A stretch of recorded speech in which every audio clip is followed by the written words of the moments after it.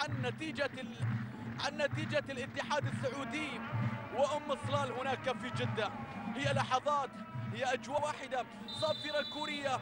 تحياتي محدثكم فارس عوض. شوط المباراة الأول صلال، والآن يبحثون عن إعادة الكرة، والجزراوية يريدون المجاراة والعودة مرة أخرى على جبهتين الآن محلية ودوران. تمرير فيها محاولة باتجاه هلال السعيد يرسل له كرة في نص الملعب. المباراة تقام في ملعب سحيم بن حمد، في الملعب المخصص لنادي قطر، فالفائز ببطولة كأس وأولى مباريات ومواجهات الأندية الإماراتية القطرية في البطولات الآسيوية. بعد ذلك استمر الحديث، استمر التواجه، استمرت المشاركات، استمرت، وفريق مارسيليا متصدر الدوري الفرنسي حتى الآن. هنا الكرة بتصل من جديد إلى عبد السلام الكبيرة، يقولوا لها الصلة، وتلك المدينة اشتهرت بصلالها، اشتهرت بوفرة هذه الصلال الموجودة هناك، اشتهرت بوجود الحصال كبيرة بوفرة هناك، ولذلك يسمونها لكن الكرة مقطوعة. تعود من جديد، الكرة بتتمرر في مكان، المحاولة من علاء حبيل بالكعب لكن مقطوعة من محمد علي كريم العراقي. هنا السقوط، سلامات.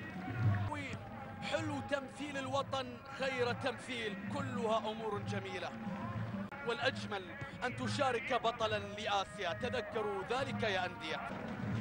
ورمي التماس، الكرة الآن بتتنفذ من جانب ضاحي النوبي. 25 دقيقة مشاهدينا متابعين في نص الملعب. هلال السعيد براسه بيرسل له كرة في الجهة اليمنى، في انطلاقة فيها تقدم محمد علي كريم، بيلعب له كرة إلى هلال السعيد. آخر طرف، نص الساعة حلوة، ثقة، تقدم، الكرة بتبعد من محمد علي كريم، تعود بيانو، لكن الفرقة الكاملة في الموسم 2007 الوحدة الإماراتي على الرياض. طريق الأندية أفضل بكثير مشاركاتنا الآسيوية في المواسم الماضية منذ أن أصبحت في نسختها الجديدة. العين كان بطل، 3 فرق في دور الثمانية، بعد ذلك في 2005 العين في المركز الثاني، في 2006 العين في دور الثمانية، في 2007 الوحدة في دور الأربعة. في الموسم الماضي فقط خرج الفريقان من المجموعات اللي هم الوحدة والوصل. باستثناء الموسم الماضي كان التواجد الآسيوي قوي في الفترة الماضية في المشاركات الآسيوية. الآن فريق الجزيرة يعيد الحظوظ، يعيد الآمال. الجزيرة إن شاء الله اليوم لو يفوز يوصل إلى النقطة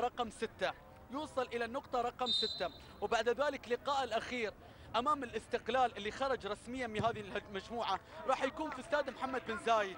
إذا يفوز في فريق الجزيرة يصل إلى النقطة رقم 9، وبالتالي خلاص النقطة رقم 9 تأهل في شوط المباراة الأول. لسه ما انتهت الأمور، المباراة شوطين. راشد يرسل له كرة باتجاه روزاريو، محمد علي كريم، الكرة بتعود نص الملعب طويلة وإلى الأمام، محاولة سريعة، مساعد حكم يشير إلى عدم وجود تسلل، ولكن الآن ماذا أشار إليه؟ السلام يبحث عن سبيت خاطر، والكرة بتتحول في الجهة اليمنى. محمد علي كريم يرسل له كرة، هلال السعيد يا لعيب إلى محمد علي كريم، انطلاقة، تقدم، زيادة عددية، سالم مسعود في الجهة اليمنى، البحث عن الكرة، الإرسال، الكرة باتجاه اللاعب فرناندو فريق مصلال، المحاولة سريعة، سعود غانم بيعدي، سعود بيمرر. فريق مصلال من المتوقع في الشوط الثاني أن يهاجم الأخير أمام اتحاد جدة هناك في جدة.